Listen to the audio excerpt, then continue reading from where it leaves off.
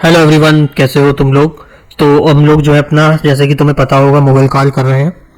तो उसी में हमने जो है अपना पूरा जो सेशन था उनका ख़त्म कर लिया था। सारे मुगल साम्राज्य के जो भी शासक हुए उनको पढ़ लिया था। उसके बाद में जो बचे हुए थे पोस्ट, जिसे हम कहते हैं लेटर मुगल काल, या हिंदी में कहते हैं उत्तर मुगल काल, वो भी हमने जो है अपनी लास्ट क्लास में जो है उसको भी कंप्लीट कर लिया था। अब हम आज उसका जो है मुगल शासन के काल में जो भी एडमिनिस्ट्रेशन था या केंद्रीय प्रशासन प्रणाली थी, आज हम लोग वो देखेंगे। और एक और क्लास आएगी मुगल साम्राज्य में, जिसमें हम इसके लिटरेचर वगैरह और आर्किटेक्ट वगैरह को देखेंगे कि कहाँ किसने बनवाया था। एक बार रिवीजन भी हो जाएगा और क्वेश्चन भी हो जाएंगे प्रीवियस ईयर। उसमें हम सिर्फ जो है प्रीवियस ईयर क्वेश्चंस करेंगे। उसकी जो है हमारी थ्योरी की क्लास नहीं होगी, क्योंकि थ्योरी हमने जो है वो क्लासों में अपनी कंप्लीट कर ली है। तो अगर तुम्हें पीडीएफ वगैरह चाहिए, मन है, तो ये टेलीग्राम चैनल का क्यूआर कोड है, इसको जाके स्कैन करना और ज्वाइन कर लेना टेलीग्राम चैनल को। ठीक, तो शुरू करते हैं आज की क्लास को। तुम्हारी क्या है क्लास? मुगल साम्राज्य का केंद्रीय प्रशासन। क्या है क्लास का नाम आज की हमारी? मुगल साम्राज्य का केंद्रीय प्रशासन। तो सबसे पहले जो केंद्रीय प्रशासन में सबसे जो टॉप मोस्ट पावर पर रहते थे, कौन होता था? सम्राट होता था उस समय, जिसको एम्परर इंग्लिश में कहते हैं। और शासक या सम्राट होता था, जो कि पूरे प्रशासन का जो है केंद्र होता था। क्या था? पूरे प्रशासन का केंद्र, मतलब कि जो मेन वो मेन पावर होता था, मेन फंक्शन या मेन यूनिट होता था, जो सारे न्याय करने या शांति बनाए रखने का या युद्ध की घोषणा करना या नया कानून बनाना या किसी चीज को कानून को लागू करना, ये सारे अधिकार जो है सिर्फ एम्परर के पास थे, मतलब सम्राट के पास हुआ करते थे। एकमात्र अधिकार इसी के पास होता था। इसे हिंदी में क्या कहते थे? एम्परर, मतलब सम्राट। सारे जो डिसीजन मेकिंग के पावर होते थे कि क्या डिसीजन लेना है, जजमेंट का डिसीजन क्या लेना है, शांति बनाए रखना, युद्ध कहाँ है, युद्ध शुरू हो रहा है या खत्म हो रहा है, वैसा पूरी जो डिसीजन मेकिंग पावर थी वो सब एम्परर के पास होती थी। तो ये हमारा एम्परर का जो है ये उसका काम होता था, मतलब सम्राट का। जैसे हमारी कैबिनेट होती है, वैसे ही उसमें उस समय एक मंत्री परिषद होती थी। इसका क्या काम होता था? ये जो है राजा को जो है सहायता, राजा अपनी सहायता के लिए इसने जो है मंत्री परिषद जो अपनी कैबिनेट है उसका गठन किया था। ये जो है वो महत्वपूर्ण जो भी मुकदमे होते थे या महत्वपूर्ण जो भी डिसीजन होते थे, उसमें इन लोगों का काम होता था सलाह देने का। किसको? जो इनका राजा था या जिनका जो इनको है सम्राट था, अपने सम्राट को, सम्राट या शासक को जो है ये सलाह देने का काम करते थे। जैसे कैबिनेट है अपनी, कैबिनेट का वो क्या होती है, कैबिनेट जो होती है ना अपनी, वो ऐसे ही था ये मंत्री परिषद भी, काउंसिल ऑफ कैबिनेट जो होती है हमारी, वैसे ही। अब आता है वजीर या प्रधानमंत्री। इसका क्या कहते थे? वजीर या प्रधानमंत्री। इसको दूसरा नाम क्या था? इसको वजीर आला के नाम से भी जो है जाना जाता था। और उसे बादशाह पर विश्वास का इससे उसे बादशाह का विश्वास प्राप्त था, मतलब ये जो कहेगा बादशाह उसको जो है मान लेता था। प्रधानमंत्री को जो है वजीर नाम से जाना जाता था। और ये वित्तीय और अन्य मंत्रियों की देखरेख करता था, मतलब सर्विलेंस का काम करता था। एक तरह से राजा की आंखें होता था ये, कि सारा जो भी डिपार्टमेंट दे रखा है, वित्तीय डिपार्टमेंट हो गया, डिफेंस डिपार्टमेंट हो गया, या सेना वाला सब कुछ जो सिस्टम है वो प्रॉपरली काम कर रहा है या नहीं कर रहा है, ये सारी रिपोर्ट जो है ये ले जाके अपने राजा को देता था। शासन को, जो भी शासक होता था उस तक ये जो है रिपोर्ट पहुंचाने का इसका मेन काम होता था। इसको क्या कहा जाता था? प्रधान या वजीर को वजीर आला भी कहा जाता था। और ये जो है विश्वास पात्र था किसके? राजा के, उस समय के शासक के। अगला आ जाता है तुम्हारा दीवाल ए आला, या फिर उसे कहते थे वित्त मंत्री। ये जो होता था ये सभी राज्य की आय और व्यय, मतलब जो भी लेखा जोखा है आय व्यय का, वो रखता था, मतलब फाइनेंस का सारा काम वगैरह ये देखा करता था। और जो भी पूरा वित्त पूरी थी, मतलब वित्त जो था, मतलब फाइनेंस डिपार्टमेंट, वो पूरे इसी तरह पूरी तरह से जो है दीवान के जो है अधीन था। और जो भी प्रांतीय दीवानों की नियुक्ति और उनके कामकाजों को देखा करता था। क्या करता था? जो भी प्रांत में जो भी दीवानों के नए अपॉइंटमेंट हो रहे हैं उनको, और जो भी वो लोग काम कर रहे हैं उनको जो है इनका देखने का काम होता था। और जो भी व्यय और आय आ रही है या खर्च हो रही है, वो पूरा बैलेंस शीट बनाना जो सीए करते हैं, उस समय का सीए था, ये समझ लो ये। अब अगला कौन था? अगली पोस्ट आ जाती थी मीर बख्शी। मीर बख्शी जो है एक प्रमुख मंत्री होता था केंद्र का, जैसे सेंट्रल मंत्री होता है ना हमारा, अमित शाह है हमारा और राजनाथ सिंह है, वैसे ही एक वो था, ये मीर बख्शी होता था। ये पोस्ट होती थी, कोई इंसान नहीं है, ये जो है पोस्ट है मीर बख्शी की। ये क्या करती थी? ये सैनिक भर्ती करती थी, प्रशिक्षण करती थी और नाम मात्र की जो है सूची तैयार करते थे, जो कि सम्राट की अनुपस्थिति में ये जो है सैन्य अभियान को जो है नेतृत्व करता था। ठीक, अगर मान लो सम्राट किसी कारणवश जो है वहां पे अवेलेबल नहीं है उस समय, तो उस समय जो है सारी सेना किसकी बात मानेगी? मीर बख्शी की बात माना करेगी। ये सेना में जो है वो करता था, भर्ती करता था, प्रशिक्षण करता था उनका, और जो भी नाम मात्र की जो भी सूची तैयार करना वगैरह का जो भी काम होता था वो सब कौन करता था? वो मीर बख्शी ही किया करता था। ठीक, इसके बाद आती है नेक्स्ट पोस्ट थी वो सद्र उस सुधर की। क्या थी? सद्र उस सुधर। ये जो थी ये मंत्री परिषद में सबसे जो है ऊंची पोस्ट थी अकबर के समय में। किसके समय में? अकबर के समय में ये जो थी सबसे जो टॉप मोस्ट पोस्ट थी अधिकारी की। ये समझ लो जैसे पूरा एरिया है, मतलब कोई डिस्ट्रिक्ट है, उसमें सबसे टॉप पे कौन होता है? अगर अधिकारी की बात करें, एमएलए एमपी की बात नहीं, सबसे ऊपर कौन होता है? सबसे बड़ा ऑफिसर होता है यहाँ पे आईएएस ऑफिसर होता है। वैसे ये भी एक पोस्ट होती थी जिसे जो है क्या कहा जाता है? सद्र उस सदर कहा जाता था। और इसे क्या मुख्य जो है सदर कहा जाता था, जिसे सदर सुधर भी कहा जाता था। क्या नाम था? सदर भी कहते थे इसे, सदर सुधर भी कहते थे। ये जो है जो भी संत हो गए, फकीर हो गए, या जो भी धार्मिक स्थल है, शैक्षिक स्थल है, विद्वानों को जो भी दिए जाने वाले जो भी सहायता है, उन सब का जो है प्रबंधन करता था कि कहाँ कब किसको जो है दान पुण्य देना, या कहीं कोई फंक्शन हो रहा है वो सब करवाने का काम जो होता था किसका होता था? ये होता था सदर उस सदर का, जिसको दूसरे क्या नाम से कहा जाता है? सदर भी कहते थे और सदर सुधर भी कहा जाता था। अगला आ जाता है तुम्हारा खान ए सामान। खान ए सामान क्या होता था? ये भी एक मंत्री परिषद में जो है महत्वपूर्ण पद था। मंत्री परिषद का सबसे, ये भी सबसे तो नहीं, मतलब वन ऑफ द इंपॉर्टेंट जो है ये भी पोस्ट होती थी। इसमें क्या है, इन्हें जो है मीर ए समान, मतलब लॉर्ड हाइट स्टीवर्ट भी कहा जाता था, मीर ए समान कहा जाता था। वह जो है ये जो है सम्राट के बहुत ही विश्वास पात्र होते थे और इनका जो मेन काम होता था वो होता सम्राट के लिए विनिर्माण विभाग का के मामलों को जो है प्रबंधन करना, मतलब कि जो भी विनिर्माण विभाग के जो भी कार्य है उनका जो है प्रबंधन या देखा जोखा करना इनका काम होता था, खाने सामन का। अब अगला आ जाता है तुम्हारा मुख्य काजी। ये क्या होता था? काजी जो है ये न्यायालयिक मामलों में सम्राट की जो है सहायता करता था। काजी जो है न्यायालयिक मामलों में सम्राट की सहायता करने का काम करता था। और ये जो है कुरान, जो उस समय जो मुस्लिम शासन था तो कुरानी मेन थी, तो जो कुरान और इस्लामिक परंपराओं के जो भी सिद्धांत हैं उनके अनुसार जो है ये मुकदमों का फैसला करता था।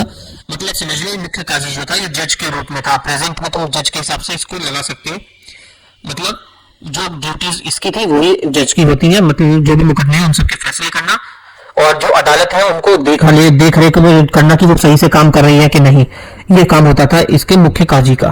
फिर अगली पोस्ट में कुछ दूसरी पद भी है। कौन कौन से दूसरे पद आ जाते हैं? जैसे मीर आदिल हो गया, मीर तोजक हो गया, मीर मंजिल हो गया। ये जो है अकबर ने कई जो है जासूसी और वकील नसीब युक्तियां भी किसने कर रखी थी। ठीक, अब आ जाता है तुम्हारा जैसे हो गया सूबा। सूबा क्या होता है? प्रोविंस, मतलब कि किसके बराबर? सूबेदार हो गया, जो गवर्नर होता है। ऐसे उसके नीचे पोस्ट पे आता है सरकार या डिस्ट्रिक्ट होती है। इसमें क्या होते हैं? फौजदार होते हैं जो कि लॉ एंड ऑर्डर संभालते हैं, और आलम बजार होते हैं जो कि असेसमेंट और कलेक्शन करते हैं रेवेन्यू का। इसके नीचे लेवल पे कौन होते हैं? वो होते हैं परगनास। परगनास मतलब सब डिस्ट्रिक्ट डिवीजन के लेवल पे एग्जीक्यूटिव ऑफिसर्स कह सकते हैं, जिसको क्या कहा जाता था? सिकदार कहा जाता था। उसके नीचे जो है ग्राउंड लेवल फोर्स, सबसे नीचे जो है लोअर लेवल पे कौन होता था? विलेज। विलेज में क्या होता था? एक विलेज का हेड होता था पूरे गांव का, उसको क्या कहा जाता था?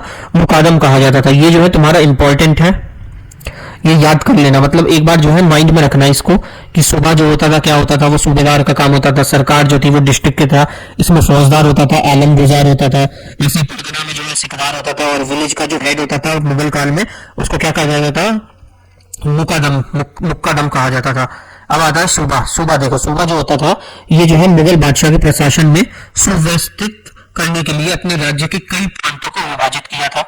प्रांतीय प्रशासन केंद्रीय प्रशासन के पैटर्न को पालन करता था, और प्रांतीय प्रशासन की एक खासियत बात यह थी कि ये जो है सम्राट प्रांतीय सूबेदार की नियुक्ति करता था, जबकि प्रांतीय दीवानों की नियुक्ति जो है दीवाने आला करता था। मतलब समझे कि ये जो सूबा था, ये जो है सूबेदारों की जो है इसका मेन काम होता है सूबेदार की नियुक्ति करना, और जो भी प्रशासनिक केंद्रीय प्रशासन का जो भी काम है उन सबका जो है पालन करना। बेसिक से सिंपल सा इसका यही काम होता था। ऐसे आगे अगला तुम्हारा सूबेदार, इसमें क्या है ना, जो दीवाने आला है इसकी नियुक्ति करने का काम किसका होता था? दीवान का। दीवान का काम होता था दीवाने आला की नियुक्ति करना। और ये जो सम्राट क्या नाम था इसका? सूबा था। ये किसकी? सूबेदार की जो है, ये सूबेदार है ना, सूबेदार की नियुक्ति करने का काम इसका होता था। सबसे पहले देखो सूबेदार क्या होता था? सूबेदार जो होता था ये किसी प्रांत के मुखिया को कहते थे। मुखिया को जो है सूबेदार या नाजिम या साहिब सूबा भी कहा जाता था। इसकी जो है नियुक्ति सीधे सम्राट के द्वारा की जाती थी, और ये जो है राजा ज्यादातर अपने बच्चों को या अपने करीबी रिश्तेदारों को जो है इस पद पर बैठाता था, क्योंकि बहुत ही इंपॉर्टेंट जो है ये पोस्ट होती थी, इंपॉर्टेंट पोस्ट होती थी। इसलिए ये यहाँ पे जो है अपने विश्वास पात्र लोगों को, अपना बेटा या अपना भाई के बेटा या कोई भी अपना फैमिली मेंबर को जो, या फिर ज्यादा क्लोज जो होगा उसको रखते थे सूबेदार की पोस्ट पे। ऐसे ही आ जाता है तुम्हारा दीवान। दीवान जो है ये वित्त दीवान के अधीन रहता था, जो भी हमारे फाइनेंस में दीवान था ये उसके नीचे की पोस्ट पर रहता था। इसका काम क्या था, इसका जो काम होता था वो भू राजस्व का निर्धारण करना और उसको संग्रह करना, मतलब इकट्ठा करना, जो भी लैंड से टैक्स आना है, लैंड रेवेन्यू आनी है, उसको इकट्ठा करने का दीवान का काम होता था। अब आ जाता है तुम्हारा तीसरा बख्शी। बख्शी का क्या काम था, ये जो है केंद्रीय पैटर्न का पालन करते हुए प्रांतों में बख्शी की नियुक्ति और नीर बख्शी की सिफारिश पर की जाती थी। ठीक, इसका जो मुख्य कर्तव्य था वो था सैन्य मामलों की निगरानी करना, जो भी सेना के मामले हैं उसकी सेना का निरीक्षण करना, घोड़ों को दाग लगाना और सैनिकों की विवरणात्मक सूची जो है वो तैयार करना। क्या क्या काम था, सैन्य मामलों की निगरानी करना, फंबल कर रहा हूं, सेना का निरीक्षण करना, किसका काम होता था, बख्शी का काम होता था, सेना का निरीक्षण करना, घोड़ों को दाग लगाना और सैनिकों का विवरणात्मक सूची तैयार करना। इसके बाद आता है तुम्हारा, फिर आ जाता है तुम्हारा सदर। सदर का क्या काम होता था, ये जो प्रांत में जो भी धार्मिक और पारंपरिक मामले जो होते हैं सदर के अधीन थे, उनके जो मुख्य सदर की सिफारिश पर इसकी जो है नियुक्ति की जाती थी। ठीक, ये जो होता था ये प्रांत के धार्मिक और पारंपरिक मामलों के जो है अधीन होता था। ऐसे ही तुम्हारा अगला आ जाता है कौन है, काजी। काजी का जो काम होता था ये जो है न्यायिक मामलों का प्रभावी होता था। ये इस्लामिक कानून के अनुसार जो है मुकदमों का निपटारा करता था और साथ ही साथ जो भी कोर्ट केस वगैरह चल रहा है वो सही से काम कर रहा है कोर्ट की नहीं, उसका जो है ध्यान रखता था। अगला आ जाता है तुम्हारा वाकियान विस क्या होता था, ये हर तरह की घटना का जो है रिकॉर्ड रखता था, मतलब जो भी वहां हो रहा है उन सबका रिकॉर्ड बना के रखता था और केंद्र को उसके बारे में सूचित करने का जो है इसका काम होता था। किसका, वाकियानिस का। अब अगला आ जाता है तुम्हारा बिटी किची क्या होता था, इसका जो है ये अंकुश, जो भी आमिल पर अंकुश लगाने का इसका काम होता था और उसका जो है दर्जा आमिल के बराबर ही होता था। जो भी आमिल होता था उसके कामों पर या उसकी जो भी हरकतें वो कर रहा है उस पर अंकुश लगाना और उसकी पोस्ट जो है इक्वल होती थी आमिल के। अब कोतवाल क्या हो गया, कोतवाल मतलब पुलिस हो गई, जो कि शहर की पुलिस का अधिकारी होता था और कानून व्यवस्था बनाए रखने की जिम्मेदारी किसकी होती थी, कोतवाल की होती थी। अब आ गया तुम्हारा ग्राम प्रशासन कैसा था। ग्राम प्रशासन में क्या होता था, जो मुगल साम्राज्य में प्रशासन है ये सबसे छोटी इकाई होती थी, लेकिन ये सबसे महत्वपूर्ण भी इकाई होती ग्राम पंचायत थी। ग्राम पंचायत जो प्रशासन था ये सबसे छोटा और सबसे महत्वपूर्ण जो होता था, इसमें इकाई होती थी, जिसमें जो है कुछ सम्मानित या बुजुर्ग जो है ग्रामीण शामिल होते थे। और इसमें क्या करते थे, पंचायत जो है गांव में साफ सफाई, प्राथमिक शिक्षा, धार्मिक स्थलों की देखभाल करते थे और जो भी विवाद वगैरह है वो आगे ऊपर लेवल तक ना ले जाके नीचे ही जो है उसका निपटारा कर देते थे, नीचे उसको जो है सेटल कर देते थे। इसके अलावा क्या था, इसके अलावा ये जो सरकारी कर्मचारी जैसे पटवारी का मुकदमा हो गया या चौकीदार भी गांव में काम करते थे। पटवारी जो हो गया वो जमीन का रिकॉर्ड रखता था और मुकदमे का किसान से जो कर वसूल करने का काम करता था। पटवारी मुकद्दम, ये पटवारी हो गया, मुकद्दम हो गया और चौकीदार होते थे। पटवारी क्या करता था, रिकॉर्ड रखता था लैंड का, तुम्हारे जमीन का। मुकद्दम जो है टैक्स लिया करता था किसानों से और चौकीदार पता होगा मतलब रखवाली करने के लिए रहता था। ऐसे ही अगला हो गया तुम्हारा ग्राम के बाद आ गया सिटी एडमिनिस्ट्रेशन कैसा था, जो बड़े बड़े नगरों की देखभाल करने के लिए कोतवालों के अधीन था। मतलब कोतवाल का काम क्या होता था, कोतवाल का काम अभी हमने देखा था ना यहाँ पे, कोतवाल ये जो है शहर की पुलिस का अधिकारी होता था और ये शहर में जो भी कानून व्यवस्थाएं बनी रहे उसके लिए ही काम करता था, उसके लिए ये जिम्मेदार होता था। जैसे गांव में था वैसे ही इसका काम होता था शहर में कि ये जो है शांति बनाए रखे, साफ सफाई रखे, उचितम व्यवस्था रखे, व्यापारियों पर नजर रखे कि कहीं कुछ गड़बड़ तो नहीं कर रहे हैं, जो भी वेश्या या शराबी पर जो है निगरानी रखे कि वो जो है शांति भंग ना करें, और जो भी विदेशी यात्री वगैरह आ रहे हैं उनकी सिक्योरिटी में कोई कमी तो नहीं है, वो सब इनका देखने का काम होता था। ऐसे ही आ जाता है तुम्हारा जुडिशियल सिस्टम। ये जो है मुगल बादशाह न्याय शासक थे, जो भी मुगल बादशाह थे, ऐसा कुछ नहीं था बकैती वगैरह सब। और अकबर ने जो है निष्पक्ष न्यायपालिका स्थित करने का जो है प्रयास किया था। साम्राज्य का सर्वोच्च न्यायालय का स्वयं सम्राट का न्यायालय था। केंद्र का मुख्य काजी और सरदार इस्लामिक कानून के अनुसार जो है न्याय करते थे ना। यही बातें जो है कॉन्ट्रास्ट हो गई। मुगल बादशाह न्यायप्रिय थे, लेकिन न्यायप्रिय किससे न्याय करते थे, जो भी इनके कुरान और इस्लामिक कानून के हिसाब से, बाकी लोगों के हिसाब से कुछ नहीं है। जो भी कुरान है वो एक धर्म के लिए है, तो वो उस धर्म के बारे में ही तो बताएगा, उस धर्म से रिलेटेड ही तो जो भी न्यायपालिका, जो भी न्याय डिसीजन होंगे वो उस धर्म को जो है सेंटर ऑफ अट्रैक्शन रख के उसके इर्द गिर्द ही रहेगा। अब देख लो कितना अच्छा जो है वहां का न्यायिक सिस्टम होता होगा। जो है प्रांतों में सूबेदार आपराधिक मुकदमों पर निपटारा करते थे, जबकि दीवान होते थे, दीवान ये जो है दीवानी मुकदमों पर फैसला करते थे। दीवानी मुकदमों का फैसला जो है प्रांत में काजियों द्वारा किया जाता था। अब कुछ जो है भू राजस्व भी थे, मतलब 9 रुपए जो भी लगे हुए थे राजस्व, वो देख लो राजस्व प्रणाली। इसमें सबसे पहले आता है गल्ला बख्शी या फसल का बंटवारा। गल्ला बख्शी या फसल का बंटवारा, इस पद्धति के तहत फसलों को किसान और राज्यों के बीच में जो है विभाजित किया जाता था। दोनों मौसम के जोखिम को जो है समान रूप से जो है उसे साझा करते थे, मतलब कम हुआ तो कम मिलेगा, ज्यादा हुआ है तो ज्यादा मिलेगा। राज्य की दृष्टिकोण से तो ये महंगा था, क्योंकि राज्य को जो है बड़ी संख्या में इसके लिए चौकीदार नियुक्त करने पड़ते थे। और जैसे कटाई वगाई ये सब जो है, कटाई से पहले कोई गमन ना कर ले, कोई लेके गायब ना हो जाए, इन सब का जो है ख्याल रखना पड़ता था, और उसके लिए इन सबको चौकीदार जो है नियुक्त करने पड़ते थे। और इससे भी फायदा हुआ था कि चौकीदार नियुक्त हुए थे तो इसकी फसल में कमी नहीं होती थी, तो फसल जो है दुगनी हो जाती थी, मतलब अच्छी फसल होती थी, दुगनी लागत हो गई थी। अब आता था दूसरा कौन था, कनकुट या फिर दम्बड़ी। कनकुट का मतलब क्या होता है, देखो कन मतलब हो जाता है, कन का मतलब होता है अनाज, और कट का मतलब होता है अनुमान या मूल्यांकन करना। तो इसी तरह से जो दब होता है, ये दब का मतलब भी क्या होता है, अनाज, और बंदी मतलब बंदी किसी चीज को तय करना या निर्धारित करना। ठीक, ये एक ऐसी प्रणाली थी जिसमें अनाज की उपज का अनुमान लगाया जाता था। कुंकुट में पहले रस्सी या पेंसिल के जरिए जो है खेत को नाप लिया जाता था। इसके बाद अच्छी या मध्यम या खराब जमीन के प्रति बीघा उत्पादन का अनुमान लगाया जाता था, और उसके अनुसार जो है राजस्व जो है तय किया जाता था, मतलब कैसी जमीन है उस पर कितनी फसल होगी, उस हिसाब से जो है सबका अलग अलग टैक्सेशन सिस्टम रहता था। अकबर ने जो है जब्ती और दहशत प्रणाली भी शुरू करी थी। अकबर ने, ये क्या था, ये जो है भू राजस्व संग्रह प्रणाली थी।